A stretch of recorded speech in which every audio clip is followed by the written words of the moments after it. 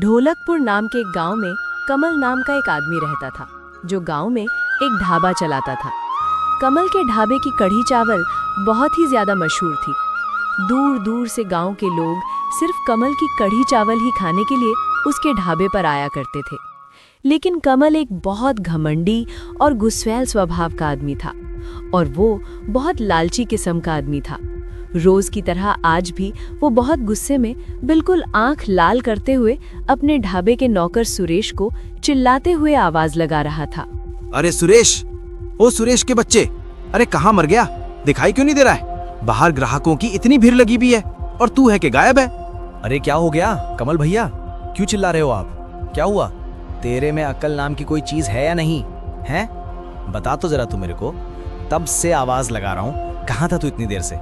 दिख नहीं रहा है तुझे? तब से ग्राहक चावल चावल चिल्ला रहे हैं और तू इधर उधर घूम रहा है? हैं? तुझे काम करने का मन है भी या नहीं? या फिर कर दूं तेरी छुट्टी? ऐसी बात नहीं है भैया, कढ़ी में नमक थोड़ा कम था, बस वही डाल रहा था, उसी में ग्राहकों पर नजर नहीं गया मेरा। हाँ वो सब तो ठीक है, लेकिन जरा अपनी नजर ग्राहकों पर भी तो रख, वरना वो चले जाएंगे, समझा? जरा ध्यान दे। मेरा ढाबा बंद करवाएगा क्या तू? सुरेश तुरंत मालिक की बात सुनकर ग्राहकों को देखने लगा। काम करते करते शाम हो जाती है। जब शाम को कमल दिन भर में हुई कमाई के पैसे गिन रहा था कि तभी सुरेश कमल के पास आता है और उसे बोलता है, कमल भैया, मुझे आपसे कुछ जरूरी बात करनी है। हाँ बोल सुरेश, क्या जरूरी बात करनी है तुझे मुझसे? बोल बोल, मैं यहीं खड़ा हूँ। वो भैया, बात दरअसल ऐसी है कि मैं आपसे पिछले 1 महीने से कह रहा हूँ कि मेरी तनख्वाह बढ़ा दीजिए, लेकिन आप हैं कि मेरी बात सुन ही नहीं रहे हो। इस बार आपको मेरी तनख्वाह बढ़ानी ही होगी। तनख्वाह बढ़ाने की बात तो तू ऐसे कर रहा है जैसे कि ये ढाबा तेरा हो, हैं? बोल तो तू ऐसे रहे कि मैं किसी पैसे के पेड़ पे बैठा हुआ हूँ। और तो मुझे एक बात बता, तू बार बार क्यों आ जाता है मेरे पास तनख्वाह बढ़वाने के लिए? हैं? तुझे मैं कितनी बार बोलूँ, अगले साल ही तेरी तनख्वाह बढ़ेगी। तेरे भेजे में बात जा नहीं रही है क्या? हैं? कमल भैया देखिए, ये बात आप मुझसे पिछले 2 साल से कह रहे हो। मैं अब ये बकवास और नहीं सुने सकता। मैं इतनी मेहनत करता हूँ ताकि मैं अच्छे से अच्छे कढ़ी चावल बनाकर लोगों को खिला सकूं। अब तो ढाबा भी बहुत अच्छी तरह से चलने लगा है, अब तो ग्राहक भी बहुत आने लगे हैं, और मैं आपको कभी भी शिकायत का कोई मौका भी नहीं देता। हमेशा अपना काम मन लगाकर करता हूँ। लेकिन आप हैं कि जब भी आपसे तनख्वाह बढ़ाने की बात करूँ तो अगले साल बोलकर टाल देते हो। जो पैसे आप मुझे देते हो उसमें मेरे परिवार का पेट नहीं भर पाता। महंगाई कितनी बढ़ गई है, अब इस तनख्वाह में मेरा कुछ नहीं होने वाला। आपको मेरी तनख्वाह बढ़ानी ही होगी। कमल भैया, ये सही बात नहीं है। जबान तो ऐसे चला रहा है जैसे यहाँ काम करके तू कितना बड़ा उपकार कर रहा हूँ मुझ पे, हैं? मैंने तेरे परिवार के पेट पालने का ठेका ले रखा है क्या? महंगाई अगर तुझे लग रही है तो मुझे भी तो लग रही है। ये ढाबा मुफ्त में नहीं चलता, समझा? ये मत भूलिए कमल भैया, मैं आपके ढाबे पर पिछले 4 साल से काम कर रहा हूँ। इस ढाने की कढ़ी चावल जो दूर दूर तक फेमस है ना, वो मेरे ही हाथों के बने हुए होते हैं। मैं कितनी मेहनत करता हूँ आपको क्या पता? और आपको मैंने सिर्फ थोड़े से रुपए बढ़ाने की बात क्या कर दी? आप तो मुझसे ऐसे बात कर रहे हो जैसे कि मैं कुछ करता ही नहीं हूँ यहाँ पर। सुरेश की बात सुनकर कमल का गुस्सा 7वें आसमान पर पहुंच जाता है। वो और ज्यादा भड़क जाता है। कमल सुरेश से कहता है, तो तू कहना चाहता है तेरी वजह से ही मेरा ढाबा चल रहा है? तेरा मतलब क्या, तेरी बनाई हुई कढ़ी चावल से ही मेरा ढाबा चल रहा है और बाकी का सब खाना बेकार होता है, क्यों? है ना? तो यही कहना चाहता है ना? सुने हो, तेरे जैसे और भी कई हैं ये कढ़ी चावल बनाने वाले। तू इस दुनिया में अकेला ही नहीं है जो ये कढ़ी चावल बनाता हो, समझा? नहीं कमाल भैया, मेरे कहने का गलत मतलब मत लीजिए। आप मुझे गलत मत समझिए। मैं आपसे बहस नहीं करना चाहता। मैं सच में बहुत परेशान हूँ। आप जो पैसे मुझे देते हो उसमें मेरा जुगारा नहीं हो पा रहा है। सुने सुरेश, बेकार की बकवास तो तू कर मत मुझसे। और जहाँ तक बात रही ढाबा अच्छा चलने की, तो सच तो ये है कि जब से मेरी पत्नी मेरे घर पर आई है ना, तब से मेरा भाग्य पलट सा गया है। मेरी तरक्की बहुत बढ़ने लगी है। मेरी पत्नी के पैर मेरे ढाबे के लिए बहुत शुभ साबित हुए हैं, समझा तू? और वैसे भी तेरे जैसा मनहूस इन बातों को क्या समझेगा? और जहाँ तक बात रही तेरी कढ़ी चावल का, तो तेरे जैसा कढ़ी चावल बनाने वाले गाँव में बहुत हैं। अरे लोग मरते खाना बनाने के लिए। अभी एक इशारा करूंगा ना तो लाइन लग जाएगी खाना बनाने वालों की, समझा तू? कमाल भैया, मैंने कई सालों से आपके यहाँ काम किया है। मैंने आपका नमक खाया था, इसलिए मैं इस ढाबे को छोड़कर नहीं जाना चाहता था। लेकिन अब अपने परिवार के लिए मुझे मजबूरन गौरव भैया के ढाबे पर जाकर काम करना पड़ेगा। वैसे भी वो बहुत दिनों से मेरे घर पर चक्कर लगा रहे हैं। अरे वो तो आपसे दुगने पैसे देने को तैयार हैं और वो आपकी तरह सर पैर की बातें भी नहीं करते। अपने यहाँ काम करने वालों की वो बहुत इज्जत करते हैं। मैं अब उन्हीं के यहाँ काम करूँगा और अगर आप मुझे बुलाओगे भी ना तब भी मैं आने नहीं वाला। मैंने देख लिया है आप किस तरह के आदमी हो। अबे तो तू ये क्यों नहीं कहता कामचोर कि तू मेरे दुश्मनों से जा मिला है? लालची धोखेबाज, खाता यहाँ का और गाता वहाँ का है। इससे पहले कि मैं तेरा मुंह काला करके तुझे और बेइज्जत करके धक्के देकर इस ढाबे से बाहर निकाल दूं, चुपचाप निकल जा मेरे ढाबे से। मनहूस कहीं का, कड़ी चावल बनाएगा। जा, चला जा यहाँ। और क्या कह रहा है, मैं और तुझे बुलाने आऊँगा? अबे अगर मेरा ढाबा भी बंद होने को आएगा ना तब भी मैं तुझे बुलाने नहीं आने वाला। तू देख, तेरे जाते ही मैं किसे अपने ढाबे पर रखता हूँ। ऐसे आदमी को काम पे रखूंगा ना तो तुझसे 1000 गुना ज्यादा स्वादिष्ट कड़ी चावल बनाएगा, समझा? चला रब, निकले जाए यहाँ से। ठीक है कमाल भैया, मैं चला जाता हूँ। आप मेरे इस महीने का हिसाब कर दीजिए और मैंने जो ओवर टाइम किया था वो मेरे बाकी के बचे हुए पैसे भी दे दीजिए। मैं चला जाऊँगा। क्या कहा? पैसे? अबे कैसे पैसे? नमक हराम, चुपचाप निकल ले सुरेश, वरना मैं तुझ पर चोरी का केस लगाकर जेल में भेज दूंगा, समझा? मेरे पैसे लेकर जाएगा? अबे जितना तूने काम नहीं किया ना उससे ज्यादा तो मैंने तुझे इस ढाबे में बिठा के खिला दिया है। पैसे चाहिए इसको? तुझे तो मैं एक फूटी कौड़ी भी नहीं दूंगा। चल अब जा यहाँ से, धंधे का टाइम खराब मत कर मेरा। जा, जो करना है कर ले। अरे तुम्हारे अंदर ईमान नाम की चीज है कि नहीं? ठीक है, मुझे भगवान पर पूरा भरोसा है, वो जरूर तुम्हें तुम्हारी गलती की सजा देगा। तुमने एक गरीब का पैसा खाकर अच्छा नहीं किया। इतना कहकर सुरेश वहां से चला जाता है और बिना समय बर्बाद किए सीधे गौरव के ढाबे पर पहुंच गया। सुरेश को देखकर गौरव बहुत खुश होता है। गौरव एक बहुत अच्छा व्यक्ति था। सुरेश को देखकर वो मुस्कुराते हुए बोला, मैं जानता था सुरेश तो जरूर आएगा। कमल जिस तरीके का आदमी है वो तुझे एक ना एक दिन जरूर धक्के देकर अपने ढाबे से बाहर निकाल ही देगा। अरे मेरे भाई, वो कैसा आदमी है मैं बरसों से जानता हूँ, तुझे शायद मालूम नहीं होगा। मैंने भी उस घमंडी के ढाबे पर पूरे 2 साल तक काम किया है।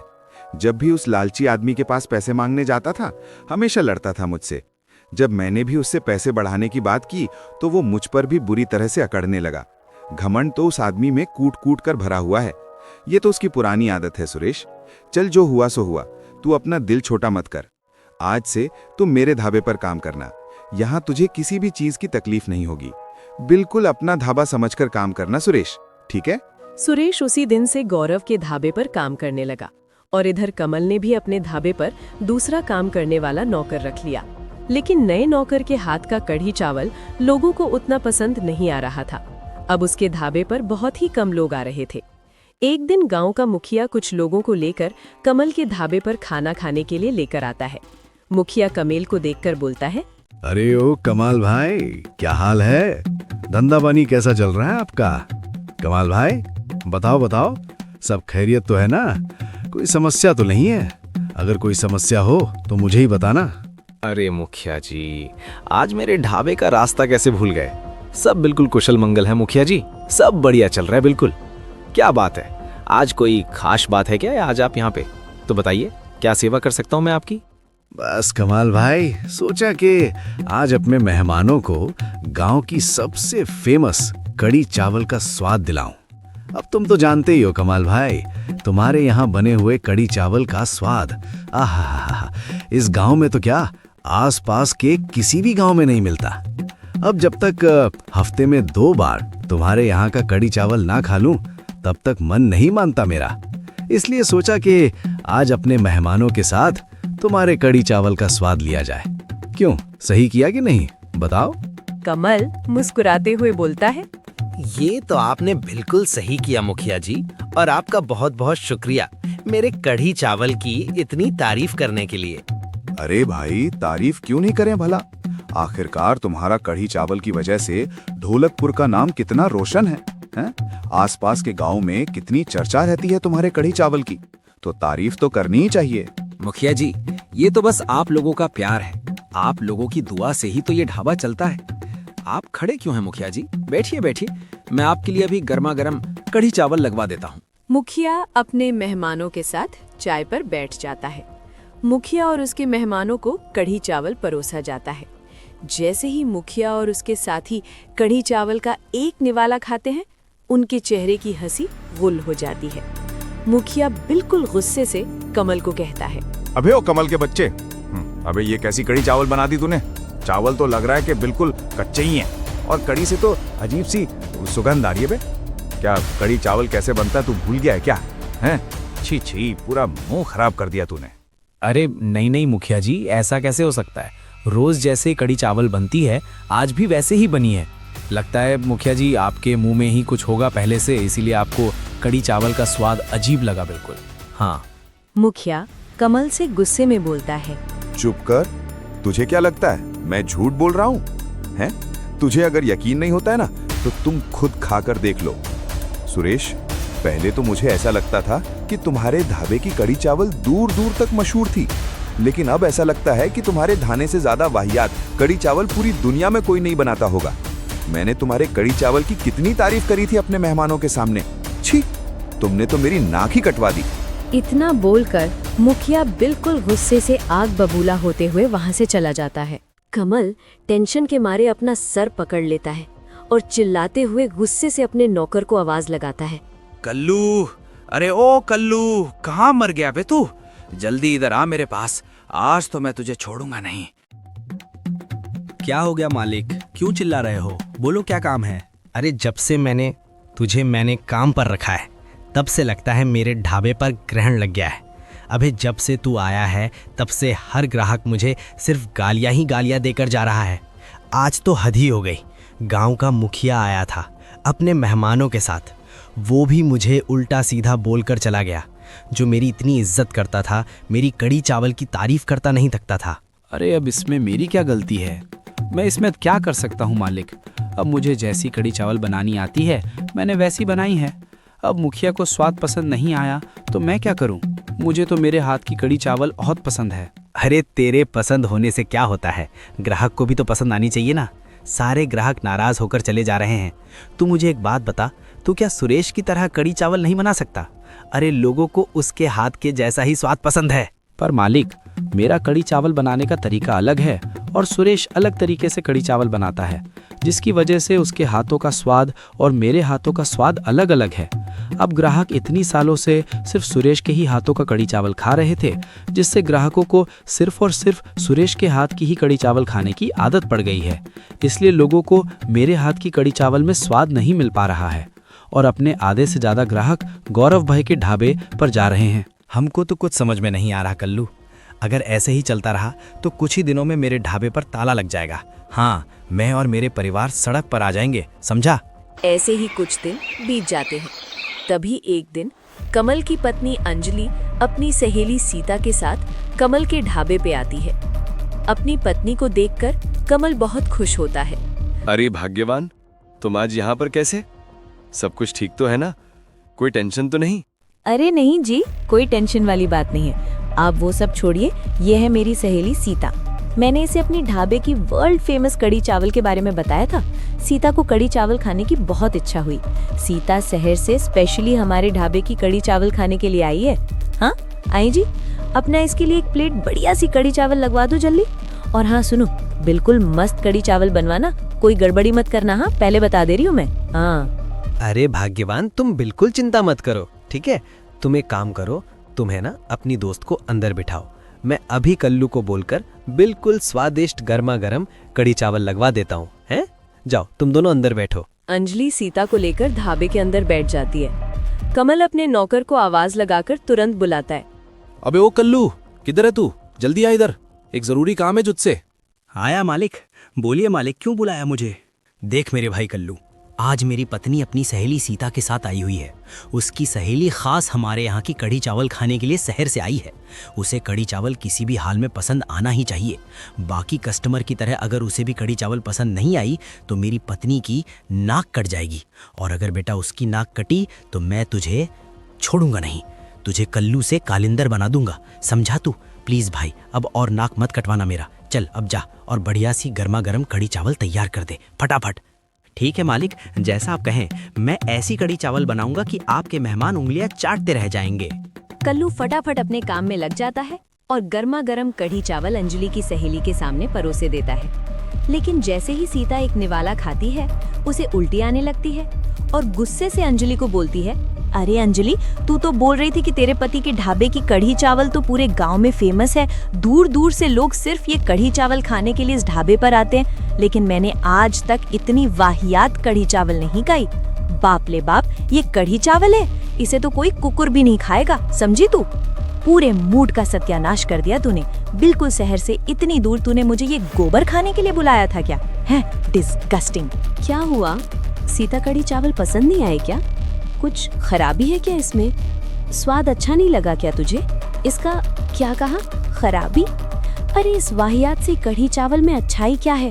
पता नहीं कैसे खा लेते हैं यहाँ के लोग। इतना कहकर सीता बिल्कुल गुस्से से वहाँ से चली जाती है। उधर अंजलि का भी मुंह बिल्कुल आग उगल रहा था। वो अपने पति को गुस्से से बोलती है, अरे ये क्या कर दिया आपने? मेरी सहेली के सामने मेरी नाक कटवा दी। मेरा ढाबे का कढ़ी चावल वर्ल्ड फेमस है बोल बोल कर डींगे हाँकते थे। अब क्या हुआ? कहाँ गया आपका वर्ल्ड फेमस कढ़ी चावल? मेरी दोस्त मुझसे नाराज होकर चली गई। अब चुप क्यों हो आप? बोलते क्यों नहीं? अरे अब क्या बताऊं भाग्यवान तुम्हें, जब से वो मनहूस सुरेश यहाँ से गया है और ये काला कल्लू जब से इस ढाबे पर आया है, तब से मेरे ढाबे का सत्यानाश हो रखा है। पहले लोग मेरे ढाबे की तारीफ करते नहीं रुकते और अब हर कस्टमर सिर्फ गालियां देके जा रहा है। मेरा तो दिमाग ही खराब हो गया है, बिल्कुल बहुत परेशान हो गया हूँ मैं। कमल सारी बात अंजलि को बताता है। कमल की पूरी घटना सुनकर अंजलि उससे कहती है, अरे पतिदेव, बस इतनी सी बात, आपने मुझे पहले क्यों नहीं बताया? मेरे पास इस समस्या का एक बहुत ही तगड़ा उपाय है। क्या कहा? उपाय? कैसा उपाय भाग्यवान? जरा मुझे भी तो बताओ। एक ऐसा उपाय पतिदेव जिसे आजमाने के बाद सिर्फ इस गांव के ही नहीं बल्कि दूसरे गांव के लोग भी सिर्फ और सिर्फ हमारे ढाबे पर ही आकर खाना खाया करेंगे और उंगलियां चाटते रह जाएंगे, बिल्कुल ही, समझे आप? और वो गौरव के ढाबे को कोई कुत्ता भी नहीं पूछेगा, देखना। अरे भाग्यवान, भला ऐसे कैसे हो सकता है? तुम्हारे पास ऐसा कौन सा उपाय है? हैं? क्या तेरे पास कोई चमत्कारी जड़ी बूटी है? अरे मेरे पतिदेव, कुछ ऐसा ही समझ लीजिए। अच्छा सुनिए, कल से मैं ढाबे पे कढ़ी चावल और सारा खाना मैं बनाऊंगी, लेकिन एक बात का खास ध्यान रखना, जब भी मैं खाना बनाऊं तो आप अपने नौकर कल्लू को थोड़ी देर के लिए रसोई से दूर रखना। जब तक मैं ना कहूं तब तक कोई भी रसोई में नहीं आना चाहिए। फिर देखिएगा आप मेरा कमाल। अच्छा ठीक है भाग्यवान, जैसा तुम कहोगी वैसा ही होगा। अगले दिन कमल कल्लू को किचन से दूर रखता है। कमल देखता है कि उसकी पत्नी अंजलि खाना पका रही है। खाना पकाने के बाद अंजलि कढ़ी चावल में कुछ मिला देती है। भाग्यवान, तुम ये कढ़ी चावल में क्या मिला रही हो? कहीं तुम इसमें जहर तो नहीं मिला रही हो? अरे इसमें जहर मत मिलाओ, हम कढ़ी चावल इतने भी बुरे नहीं बनाते हैं कि तुम्हें इसमें जहर मिलाना पड़े। नहीं पतिदेव, मैं इसमें कोई जहर नहीं मिला रही। ये एक नशीला केमिकल पाउडर है जिसे मैंने स्पेशल विदेश से मंगवाया है। ओह, कहीं तुम भांग की बात तो नहीं कर रही हो? ये भांग है क्या? पतिदेव, भांग का जमाना चला गया। ये तो भांग से भी ज्यादा खतरनाक है, उससे भी 2 कदम आगे है ये। आप देखिएगा इसका कमाल। अब इस कढ़ी चावल को खाने के बाद ग्राहक दिन भर सिर्फ आपके ही कढ़ी चावल के बारे में सोचेंगे। आप देखना, अब लोगों अपने घर के बजाय यहीं खाना खाने आएंगे। उंगलियां चाटते रह जाएंगे आपके ग्राहक। चलिए अब आप जल्दी से कल्लू को बोलकर ग्राहकों को खाना परोस दीजिए, लेकिन सुन लीजिए, इस बारे में किसी को भी कानों कान खबर नहीं होनी चाहिए, वरना हम फंस सकते हैं, क्योंकि ये दवाई भारत में बैन है। इसके लिए कानून हमें सजा दे सकता है, इसलिए किसी को इसके बारे में पता नहीं चलना चाहिए। किसी को भी, मतलब किसी को भी नहीं, यहाँ तक कि कल्लू को भी नहीं। अरे तेल लेने गया कानून, मुझे कानून से क्या लेना देना? मुझे तो बस पैसे से मतलब है। अगर ये करने से पैसे मिलेंगे तो यही सही। लेकिन भाग्यवान, जैसा तुम कह रही हो, मैं तेरी बात याद रखूंगा। मैं इस बात का जिक्र आईने के सामने भी नहीं करूंगा, किसी को पता नहीं चलेगा, तुम चिंता मत करो। उस दिन के बाद से कमल के ढाबे पर भीड़ दिन प्रतिदिन बढ़ने लगी। आसपास गांव के कई सारे लोग उसी के ढाबे पर खाना खाने आया करते थे। उस दवाई के मिलाने की वजह से हालत तो ये तक हो गई कि लोग अब अपने घर का खाना छोड़कर कमल के ढाबे की कढ़ी चावल खाने के लिए आने लगे। कमल के ढाबे पर कढ़ी चावल खाने के लिए अब लंबी लाइन लगने लगी, और वहीं दूसरी तरफ गौरव के ढाबे पर ग्राहकी कम होने लगी। बहुत मुश्किल से एक ग्राहक गौरव के ढाबे पर खाना खाने के लिए आता है और कहता है, मैंने सुना है कि तुम्हारे यहाँ कढ़ी चावल बहुत अच्छी बनती है, क्या ये बात सही है? जी भाई, आपने बिल्कुल सही सुना है। हमारे यहाँ की कढ़ी चावल वर्ल्ड फेमस है। जहाँ आपने एक बार खा लिया ना, तो वापस भूल नहीं पाओगे। हाँ, तो फिर देर किस बात की? देखते क्या हो भाई, जल्दी से एक प्लेट गर्मा गर्म कढ़ी चावल लगवा दो। बहुत जोरों से भूख लगी है मुझे। अभी अभी फैक्ट्री से काम करके आ रहा हूँ, तुम जरा जल्दी कढ़ी चावल लगवा दो। वैसे मैं कमल भाई के यहाँ का ग्राहक हूँ, मुझे उनके वहाँ की कढ़ी चावल ज़्यादा पसंद है, लेकिन आज वहाँ बहुत भीड़ है और मुझे भूख बहुत जोर से लगी है, इसलिए मैं तुम्हारे ढाबे पे आया हूँ। सुरेश उस ग्राहक को फटाफट एक प्लेट कढ़ी चावल लगा देता है, लेकिन जैसे ही वो व्यक्ति कढ़ी चावल का एक निवाला खाता है, उसका मुंह गुस्से से लाल हो जाता है। वो व्यक्ति गुस्से से जाकर गौरव को बोलता है, ओ भाई, ये क्या बना दिया तुमने? ये कढ़ी चावल है या कचरा? ऐसा कोई कढ़ी चावल बनाता है क्या? कढ़ी चावल कैसे बनाई जाती है तुम्हें मालूम नहीं है क्या? क्या हो गया भाई, आप इतना गुस्सा क्यों कर रहे हो? आपको खाना पसंद नहीं आया क्या? रोज जैसी कढ़ी चावल बनती है आज भी हमने वैसे ही बनाई है। कुछ गड़बड़ लगा क्या आपको? गड़बड़ मतलब? तुम एक बार खुद अपना खाना खाकर देखो, तुम्हें पता चल जाएगा मैं किस गड़बड़ की बात कर रहा हूँ। इससे ज्यादा वाहियात कढ़ी चावल मैंने आज तक नहीं खाई। चावल तो पके ही नहीं है और कढ़ी में इतना तेल है। अब मुझे समझ में आया कि तुम्हारे ढाबे से कुत्ते क्यों लौट रहे हैं। अरे इतनी बेकार कढ़ी चावल बनाओगे तो कौन सा कुत्ता पूछेगा है? अरे कमाल भाई से कुछ सीखो, उनके ढाबे की कढ़ी चावल खाने के लिए लोग पागल हुए पड़े हैं। मेरी दिमाग खराब था जो मैं तुम्हारे ढाबे पर खाना खाने चला आया। हटो, जाने दो मुझे, ढाबा खोल के बैठे हैं।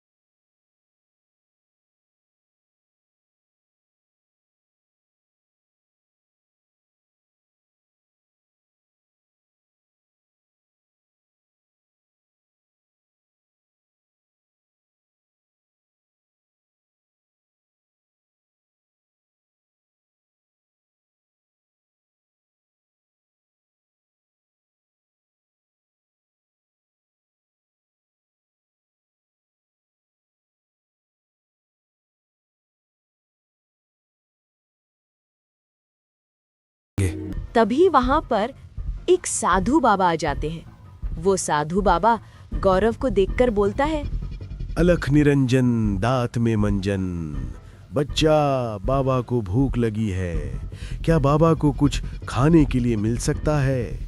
लेकिन एक बात याद रखना, बाबा के पास पैसा नहीं है तुम्हें देने के लिए, लेकिन दुआएं बहुत हैं। पेट भरने के बाद बाबा तुम्हें दुआएं बहुत देगा।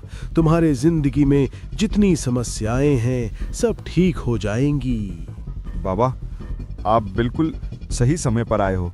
आपकी दुआओं की बहुत ज़रूरत है, क्योंकि बाबा जी पता नहीं लेकिन हमारे ढाबे पर किसी की नज़र लग गई है। हमारा धंधा बिल्कुल चौपट हो गया है, ताला लगने का नौबत आ चुका है। मेरा बच्चा, तू चिंता मत कर, मेरी दुआ में इतनी ताकत है तू सोच भी नहीं सकता। तू देखना, तेरा धंधा फिर से चलने लगेगा। तू बस जल्दी से गर्मा गर्म अपने ढाबे की सबसे स्वादिष्ट पकवान लगा दे।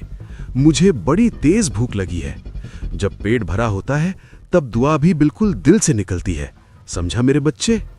अलख निरंजन दांत में मंजन। सुरेश ने तुरंत उस बाबा के सामने अपनी बनाई हुई कढ़ी चावल रख दी। कढ़ी चावल से बहुत अच्छी खुशबू आ रही थी। देखते ही देखते वो बाबा पूरी की पूरी कढ़ी चावल साफ कर देता है। उसे सुरेश की बनाई हुई कढ़ी चावल बहुत पसंद आती है। खाना खाने के बाद, सच में बच्चा, तेरे ढाबे की कढ़ी चावल बहुत स्वादिष्ट है। बिल्कुल आनंद आ गया खा के। मैंने आज तक ऐसी कढ़ी चावल नहीं खाई मेरे बच्चे। तू देखना, तू एक दिन बहुत बड़ा आदमी बनेगा। तेरा ढाबा दिन दुगना रात चौगुना चले।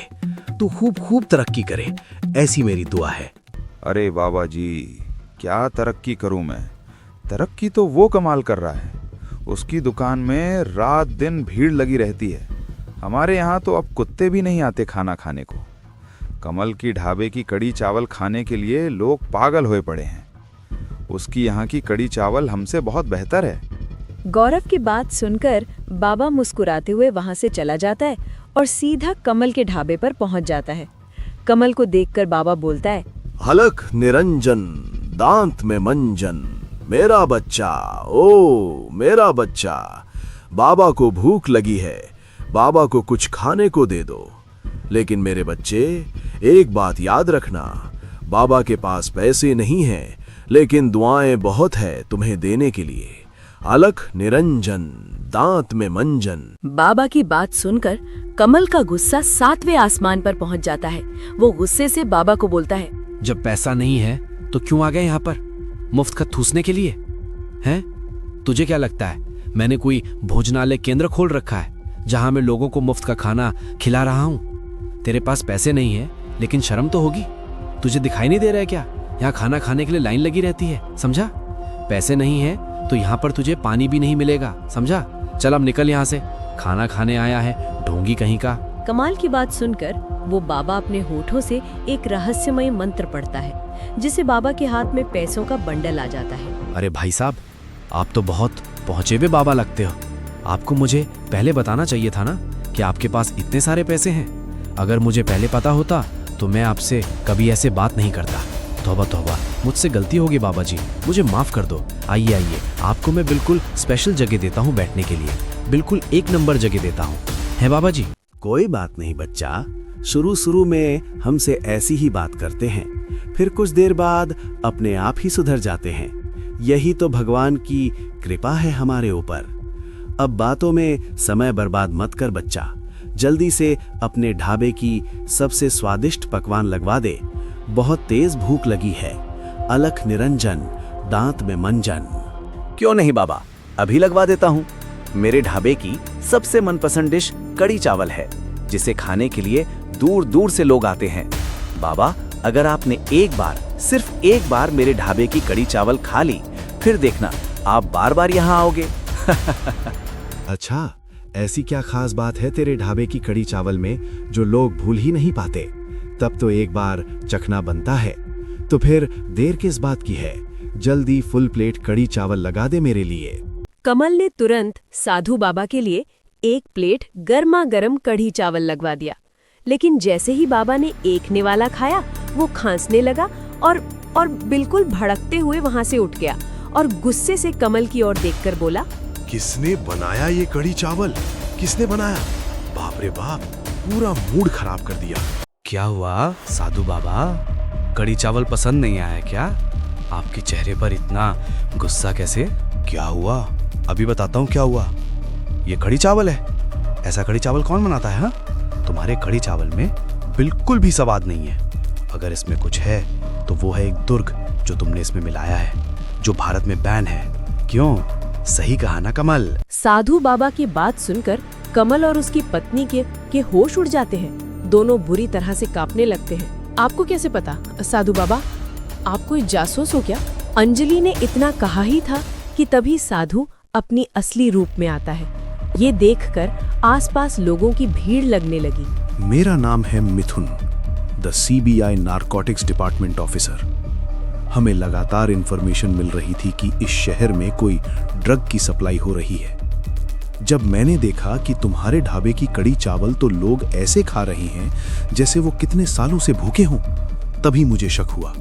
और जब मैंने तुम्हारे यहाँ की कड़ी चावल चखी, तभी मुझे समझ में आ गया इसमें ड्रग मिला हुआ है। तुमने लोगों की जिंदगी के साथ खेला है। मैं तुम दोनों को कड़ी से कड़ी सजा दिलवाऊंगा, देखना। कानून तुम्हें छोड़ेगा नहीं। ये सुनकर कमल और अंजलि तुरंत CBI इंस्पेक्टर मिथुन से उदास होते हुए कहते हैं, मुझे माफ कर दो, अब मैं कभी भी मिलावट नहीं करूंगा। हाँ इंस्पेक्टर साहब, अब हम कभी भी मिलावट नहीं करेंगे। सॉरी, हमें माफ कर दीजिए। अब सॉरी बोलने से कुछ नहीं होने वाला। बहुत लालच है ना तुम दोनों में। अब देखो तुम, ये मिठुन तुम दोनों को कैसी सजा दिलवाता है। तुम दोनों को पूरी जिंदगी जेल में सड़ने पर मजबूर न कर दिया ना, तो मेरा नाम भी मिठुनदा नहीं, समझे लालचियो?